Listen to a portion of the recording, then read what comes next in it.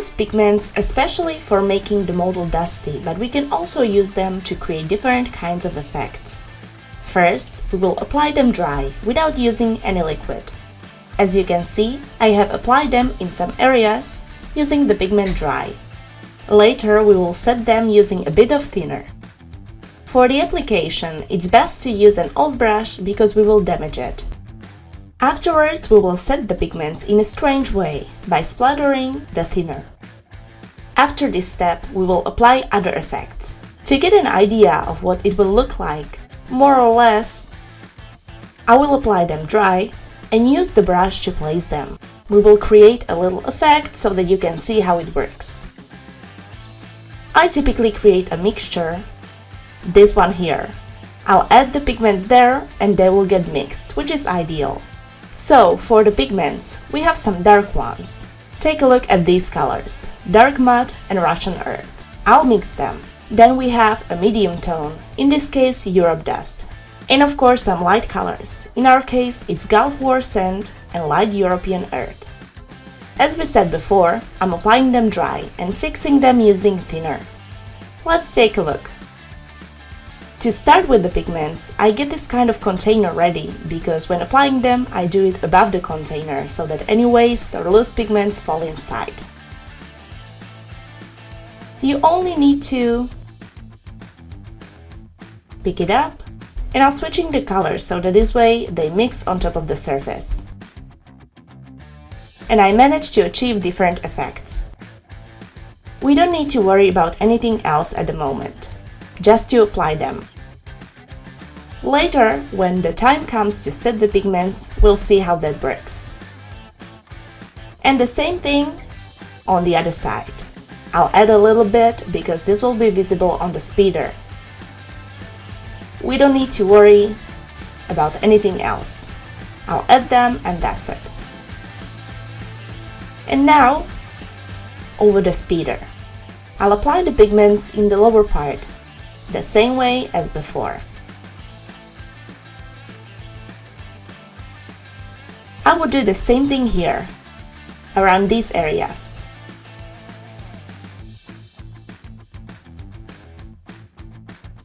And I'm dragging the pigments towards the back with the brush. Okay, let's finish and then we'll see how to set them. After we have applied the pigments, it will be the time to set their position firmly. For this, we will use white spirit and a paintbrush. Any brush that you have available will do. A flat brush, or one like this, or a tapered brush. We can use any of them for this. We will also use a toothpick for splattering. This way we don't touch the pigments. It's important not to touch the pigments with the brush, as they would get moved and we would leave behind tracks.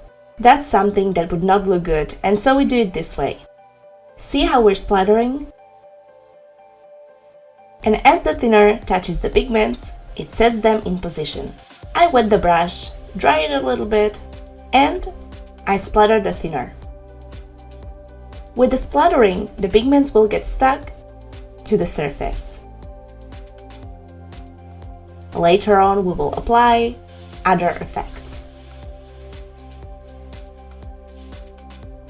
For splattering, it's a good idea to use a kind of wedge to place the model well, just like we have here.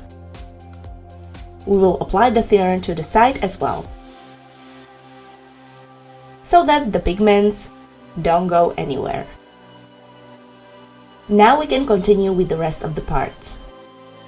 We can carry out this same process using a specific fixer for pigments. What this kind of product does, unlike white spirit, is to darken them a little bit. That's okay because we are working on the bottom area. And the procedure would be the same. With the fixer, we would splatter and the pigments would be set in place. Like I said before, later on we will apply other series of effects. We will create grease stains, oil stains, and so on. You can see that we have achieved that the pigments are set firmly on the surface. The next step will be the application of different kinds of stains. we'll use this oil paint engine grease that will imitate grease. It's very oily. And we'll mix it with this enamel product, engine oil, which is similar to the first one, but it's a little browner. We'll mix them in a bowl or a small pot because cardboard absorbs too much of the oil.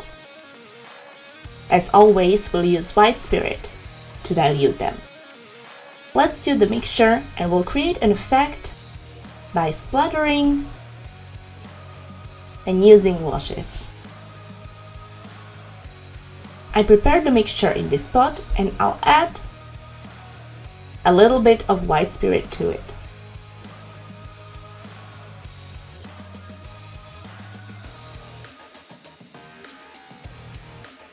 We stir it well, and we have obtained a dark mixture that will also be partially shiny. We apply it on the bottom part in some areas, and we apply it in the form of splatter, washes, or something like that. If we see that it's necessary, we can apply the mixture and then dilute it with white spirit again. So let's try this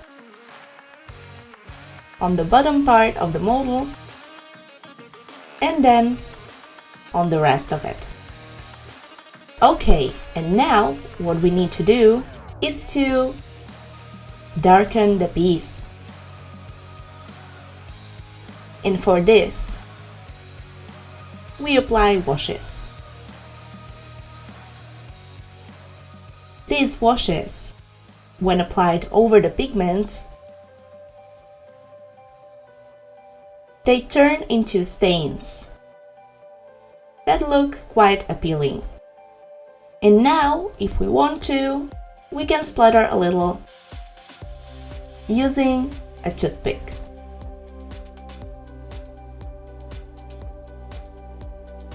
We would move on to another piece and do the same thing. We splatter first and we apply some washes around the fasteners. After we have finished with this, we will move on to the speeder and start working there.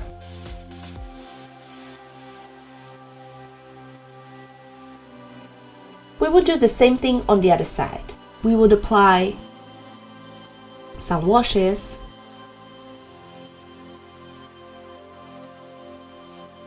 and we could also apply some splatters.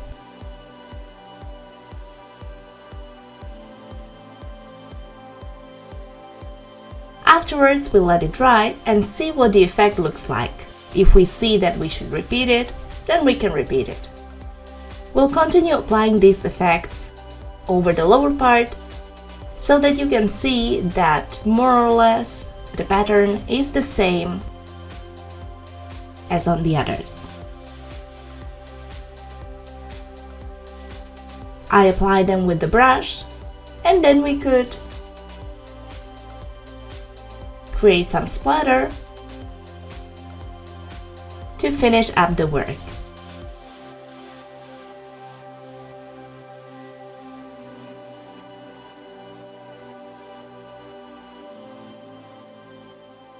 We are applying the oil paint with the enamel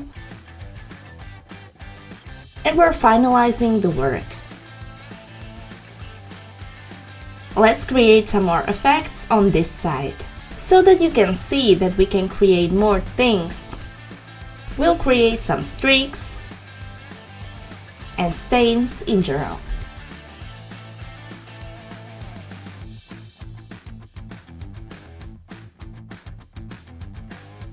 See how I'm dragging the stain?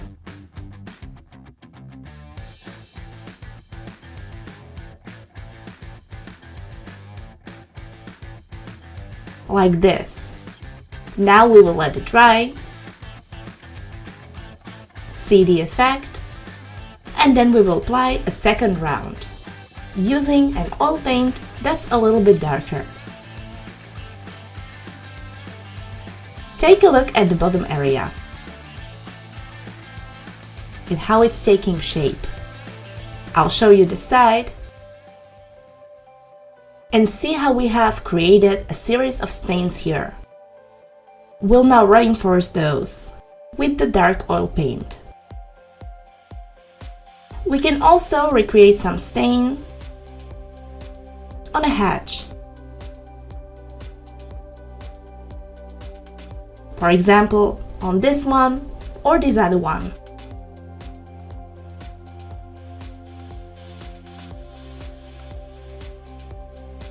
Also using the splatter technique.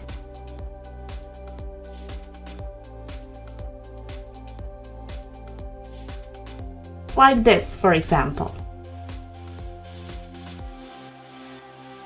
This is on top of the previous effects. To finish the work on the speeder, we will now apply another effect.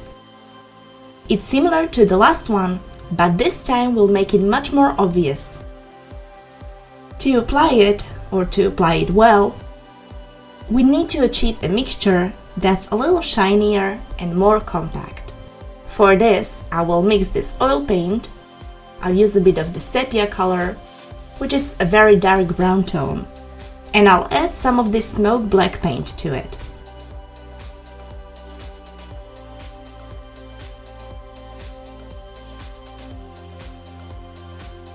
This way, our mixture will be much darker, and to achieve the shine, I'll now add a kind of glossy varnish, this wet effects fluid. I'll add a couple of drops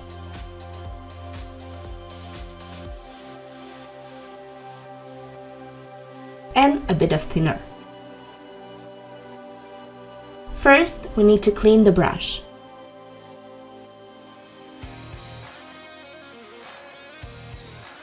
And now we'll add a couple drops of the glossy varnish. When we mix it, we will see that the mixture that we have obtained is very dark. We will try to make it shiny. And we'll apply it, and I'll show you how, to reinforce the previous effect. So now that it's ready, let's see how we can apply it. We can use it on a grill.